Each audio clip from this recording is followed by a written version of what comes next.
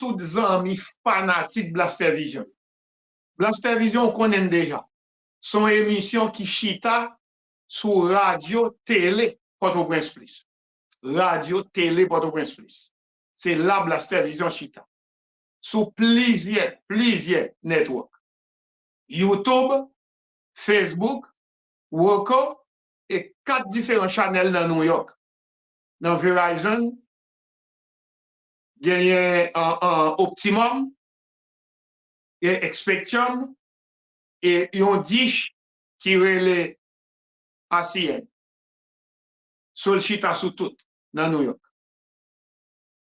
Pour nous, en Roku lui-même, nous avons 2 channels. Il y a un channel radio et une télévision. Zami yon l'autre fois encore, moi ça, on voit un gros coup de chapeau pour vous-même. Ma fort qu'on est, les arrivés pour aux États-Unis là, parce que nous films connaît comment tout bagaille en Haïti. Mais nous gagnons fort pour nous faire pas boy ici aux États-Unis. Nous gagnons mois cap venir là, c'est 5 novembre. 5 novembre, nous avons une grosse décision. Grosse décision 5 novembre. Pour nous mettre. Grosse décision. 5 novembre. Grosse décision. L'aime nous, grosse décision. Pardon. Grosse décision. Côté que nous avons passé un trail là en bas bouche moun. Alors en bas bouche Donald Trump avec partenaire. Parce que nous sommes capables de dire que ce n'est pas en bas bouche américain.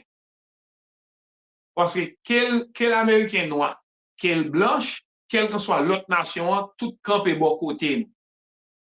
Parce que ouais, Donald Trump seulement voulait prendre non haïtien pour le faire capital politique. C'est ça. C'est pour rien faire. Il a seulement besoin de prendre non haïtien pour le faire capital politique. C'est pour seulement ça. Et pas pour plus, non? Et pas pour plus. Premier bagage, pile moun pense que y a parlé, etc. Comme si nous t'avons dit ça là, nous avons dit sur Springfield là, son bagage qui est exorbitant, qui c'est etc. Il dit plus déjà. Mais nous-mêmes, nous pas fait cas de ça le dire en pile dans nous-mêmes. C'est comme si ça l'a dit, nous pas rien valer de ça l'a dit. Tandis qu'il dit plus bagage déjà que nous pas aucun valet. Nous pas aucun valet. Malgré la dit, nous pas au valet. Mais il dit en pile bagaille déjà. Il dit en pile bagaille déjà. Il parle des pays d'Haïti, côté, les douke, Sida fin pour un pays. Il dit Sida fin pour un pays.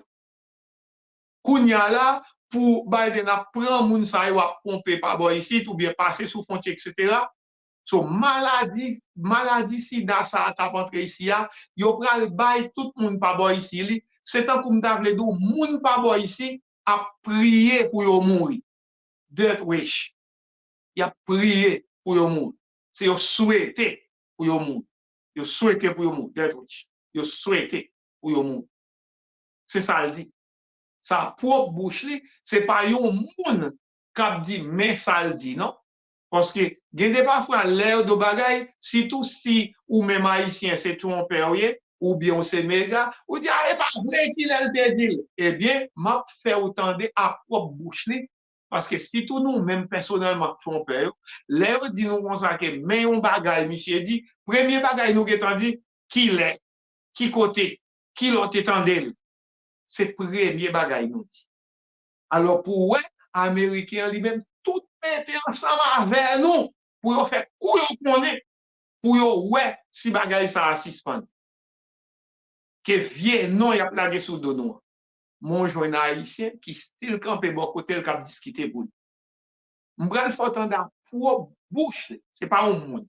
C'est pas un monde cap dit là, pour bouche. À pour bouche. M'bral faut entendre ça, tendez ça. Tendez ça le dit là. Tendez. M'bral faut entendre. M'bral faut entendre ça le dit là. One other thing that nobody talks about, so we have hundreds of thousands of people flowing in from Haiti. Haiti has a tremendous AIDS problem. AIDS is a step beyond. AIDS is a real bad problem. So hundreds of thousands of people are coming into our country. And if you look at the stats, if you look at the numbers, if you look at, just take a look at what's happening in Haiti, a tremendous problem with AIDS. Many of those people will probably have AIDS, and they're coming into our country, and we don't do anything about it. We let everybody come in. Sean, it's like a death wish. It's like a death wish for our country. Est-ce que vous entendez ça? Vous entendez? Ce n'est pas moi qui dis. Parce que je connais Haïtien méga avec Trump pour le dire que c'est moi-même qui comme si je t'avais dit qui voulait dire bagaille mal. Même faut entendre lui même à propre bouche qui parler des Haïtiens. Qui parler des Haïtiens. Et me garantis tout ça c'est pas pour l'autre bagaille parce que kounya là sous garde tout l'autre monde, toute l'autre équipe cap follow cap imiter. Ça veut dire que pour tout advertising y a fait ça y les ad pour yon l'autre monde qui en face yo premier bagay yo mette yo la immigration ou pas presque tout ad yo kounya c'est immigration c'est dans notre champ yo absolu et dans notre champ absolu ou ka ouais ça tout net sont celles à qualité ad yo des immigration c'est seulement ça yo parle parce que monsieur vini a un mot pour yo suivre parce qu'il faut que c'est la donne capital politique la fait. C'est la donne. L'aile campel d'où on sait que Haïtien manger chien, manger toute bête qui gagne. Ou pensez que son bagay là ni dit comme ça comme si il connaît qui pas utile rien ou bien cap hurt li non menti.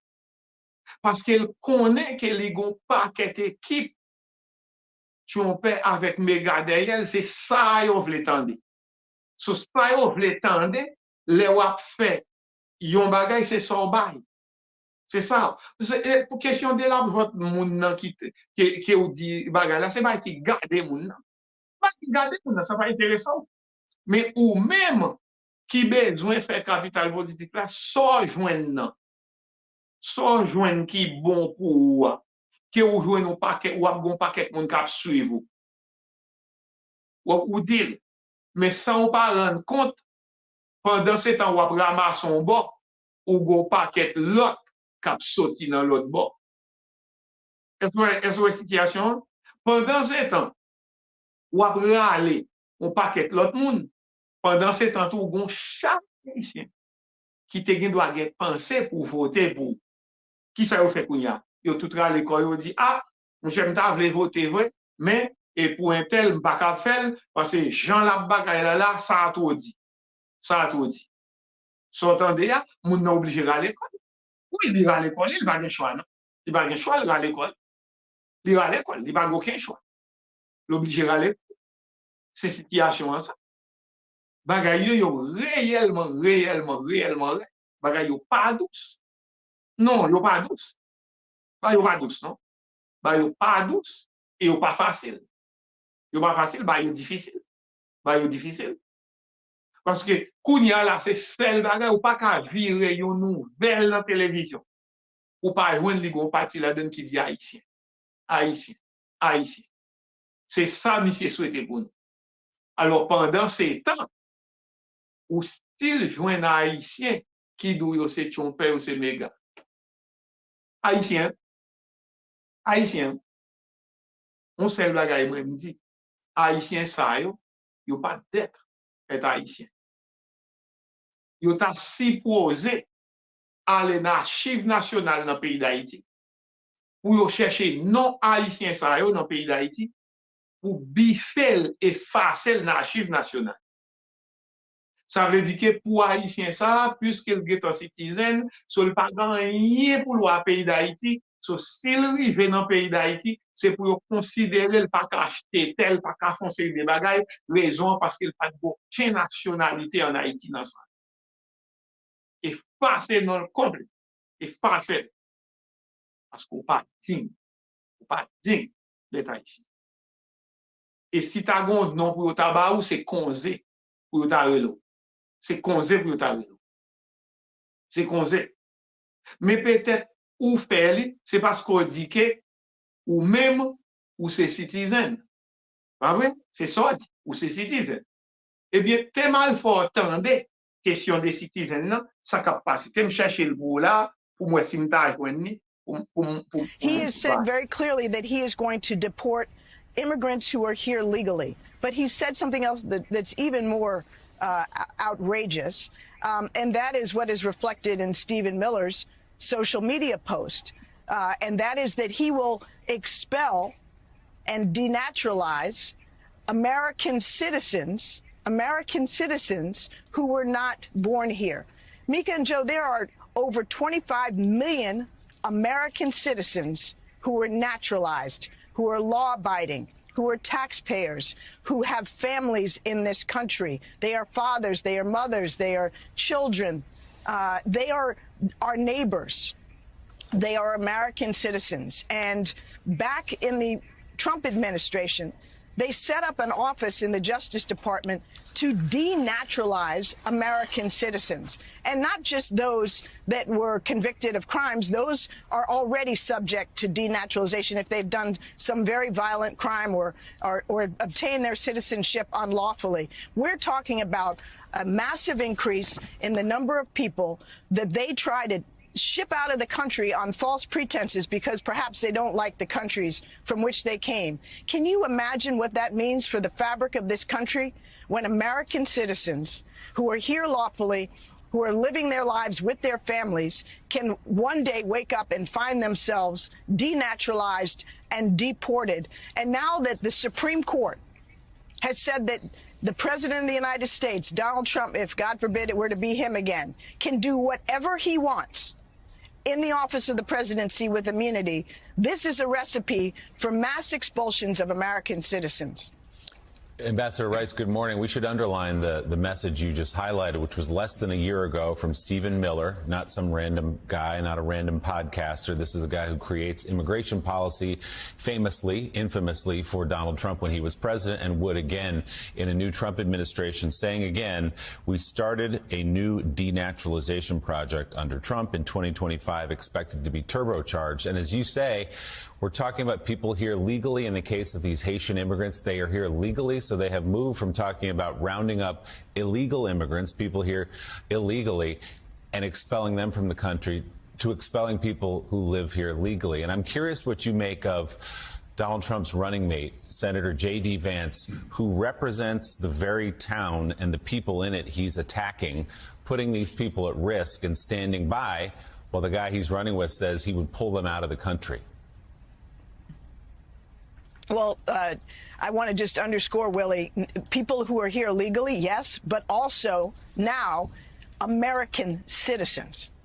American citizens, not just people who are here on work permits, but all of this is outside of the bounds of the law and absolutely reprehensible. And then you have Senator J.D. Vance, the senator from Ohio, who has no reticence to literally sick, violent actors, people who want to commit harm on his own constituencies, having students unable to go to elementary school, having local colleges have to shut down, having hospitals face bomb threats and have to evacuate. These are his constituents. If he's ready and willing to do that to the people of Ohio, to whom he's accountable, think about what Donald Trump and J.D. Vance will do to the American people.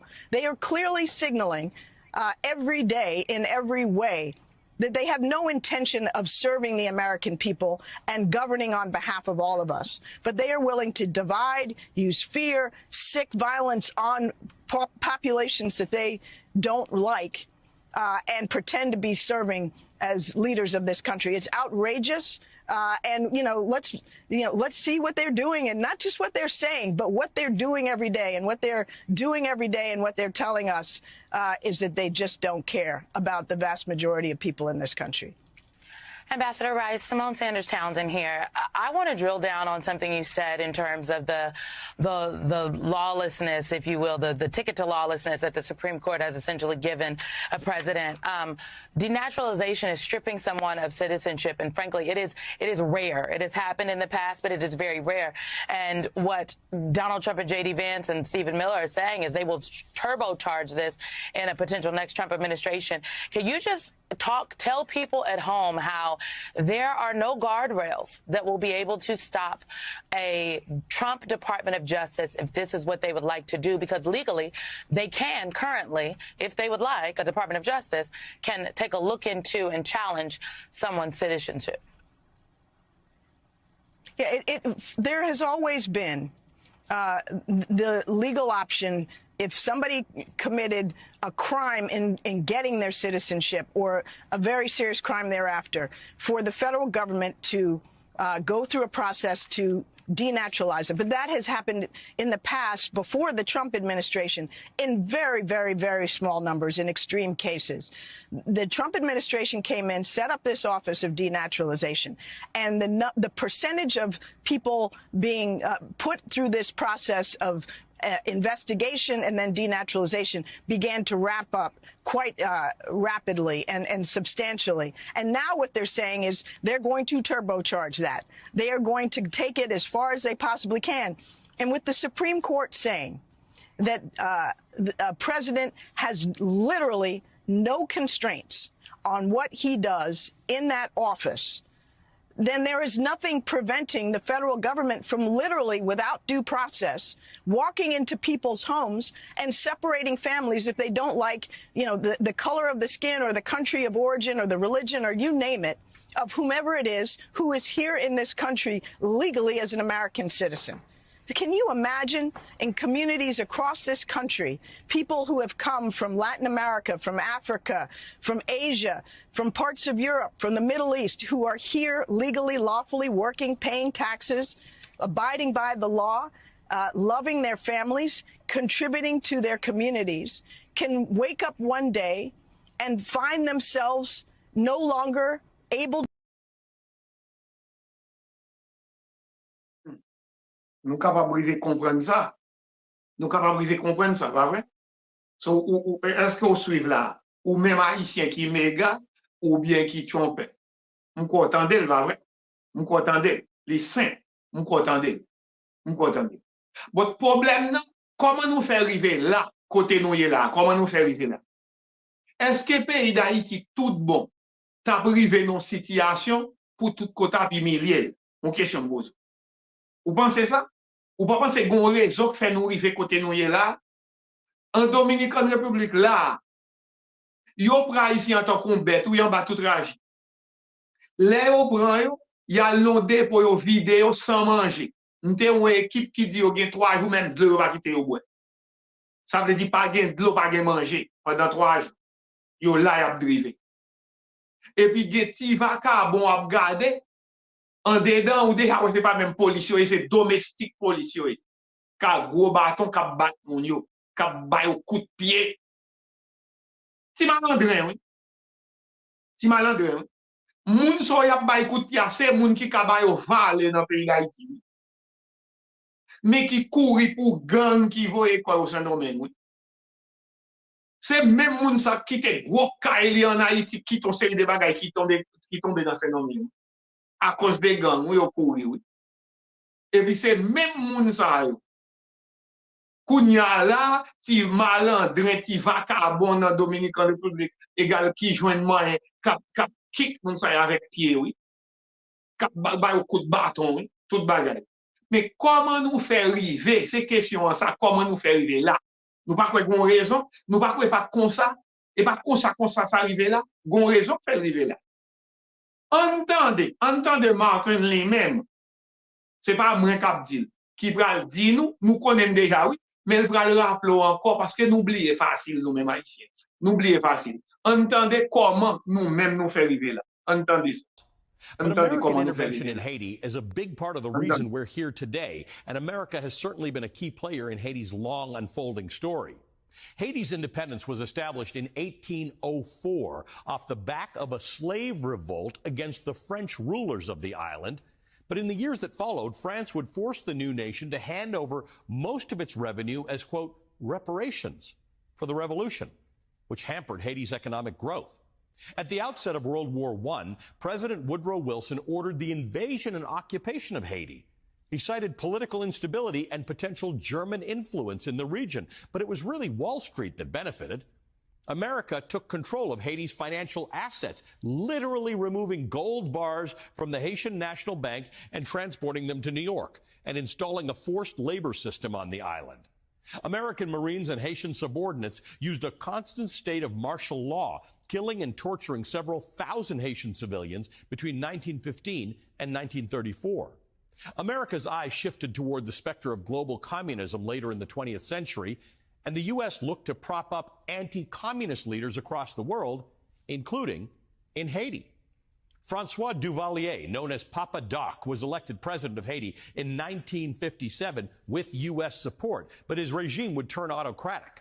He held sham elections. He installed himself president for life and utilized undercover death squads to kill opponents.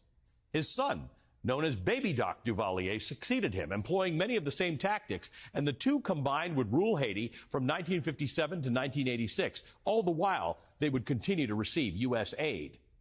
But we weren't done in Haiti. In 1994, the U.S. led a military mission named Operation Uphold Democracy to restore the overthrown president, Jean-Bertrand Aristide, to power. The U.S. was committed to supporting Aristide, at least publicly, although the CIA was deeply skeptical about his policies. A decade later, in 2004, Aristide would be ousted again. But this time, the United States would simply bankroll a UN intervention. That mission, known by its French acronym MINUSTAH, would remain in Haiti until 2016. But throughout the years, MINUSTAH officials would face accusations of sexual exploitation and human rights abuses. 9,000 Haitians died from a cholera outbreak, which was linked to UN peacekeepers from Nepal. American intervention in Haiti has always been in our own interest, which is why, as we get involved in the next chapter of Haiti's long unfolding story, it is crucial that Haitians are the drivers of their own destiny. Lest we forget, as Jonathan Katz wrote in Foreign Policy magazine last year, in all, the U.S. military and its proxies have been in Haiti for at least 41 of the last 108 years, always in the name of securing peace, political stability, and human rights, and never actually succeeding in doing it. Bon, m'kwen nou tout là, nous tendez, pas vrai? M'kwen nou tout là, nous pas qu'à dire, nous pas tendez. M'kwen nous tendez. Oui, m'kwen nous tendez. Comment bagay yo, comment yo te. Ça veut dire que pas comme ça nous te dormi. Nous te seulement dormi, oui, et puis nous lever dans matin, nous joindre nous là. Non, nous pas dormi, et puis dans matin, nous lever joindre nous dans situation nous hier. Côté dans tout pays, c'est comme si m'tavle dou ou pas aucun respect. Si tout là dans Saint-Domingue, Springfield, etc.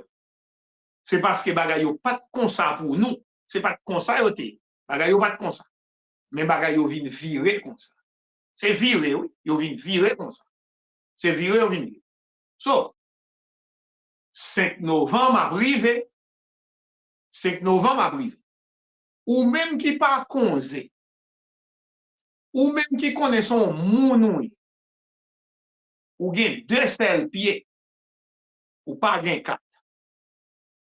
5 novembre rive pour ou même haïtien qui connaît ou pas gen 4 pieds. C'est 2 pieds, bon Dieu, 5 novembre rive pour al bay chon pension à vie. Ou al bal pension à vie. Oui, ou al bal pension à vie. Les arrivés pour. Les arrivés. Ou al bal pension. 5 novembre. Ou al bal pension à vie. Parce qu'il a tout fini dans le pôle politique là net. Ou al bal pension. M'pas quoi que, après tout ça, tout temps de là, tout ça où elle dit à propre bouche li. M'pas quoi si ou ton haïtien méga ou bien chompe, m'pas quoi que ou ap rete dans même état. Sous rete dans même état, mais comment moi-même je le considérer? Sous arrêté dans mes états, oui, sous arrêté. Mais comment je le considérer? Je le considérer même gens, avec un cochon qui filme dans la boue, mettre lui, ouais, la salle devant porte la l'aile passée, mettre lui pour un caoutchouc qui gagne de l'eau, lui voyer de l'eau sous l'île, bien, lui retirer toute la boue. Fini, il finit retirer la boue. Ou qu'on sa cochon en fait? Là, il entre dans la boue encore, il tombe ou l'est dans la boue pendant qu'il fait une ben, retirer la boue sous lui. C'est comme ça que je considère. Un. Deuxième, je m'a considéré sous style Kembe, comme haïtien, c'est un trompe, ou c'est un méga, comme haïtien, mais comment je vais le considérer? Je vais le considérer même gens avec un chien qui finit manger, pendant la manger, le gonzo coquet dans la gorge. Qui ça le fait? Il vomit. L'elle fin vomi, il pas fait ni deux ni trois, il mange vomi à terre. C'est comme ça m'a considéré ou même comme haïtien qui méga, ou même comme haïtien qui trompait. M'a considéré ou même j'ai un chien qui fin vomi et puis qui mange vomissement. Et si ou même ou pensez ou pas ça, faut aller sur mon pièce 5 novembre. 5 novembre, faut aller mon pièce. Faut aller mon pièce le 5 novembre. Mais moun, nous-mêmes nous prenons l'appuyer. Parce que nous pas qu'à appuyer moun qui dit nous avons sida, moun qui dit c'est chien nous qu'on mange. Mais moun nous prenons l'appuyer. Mais moun nous prenons l'appuyer. Il est nous fini tout pour même qu'en Haïti, ou même qu'en Haïti, ou pas qu'à voter, mais qu'on l'autre bagage au café. Mais ça café ou même qu'Haïti.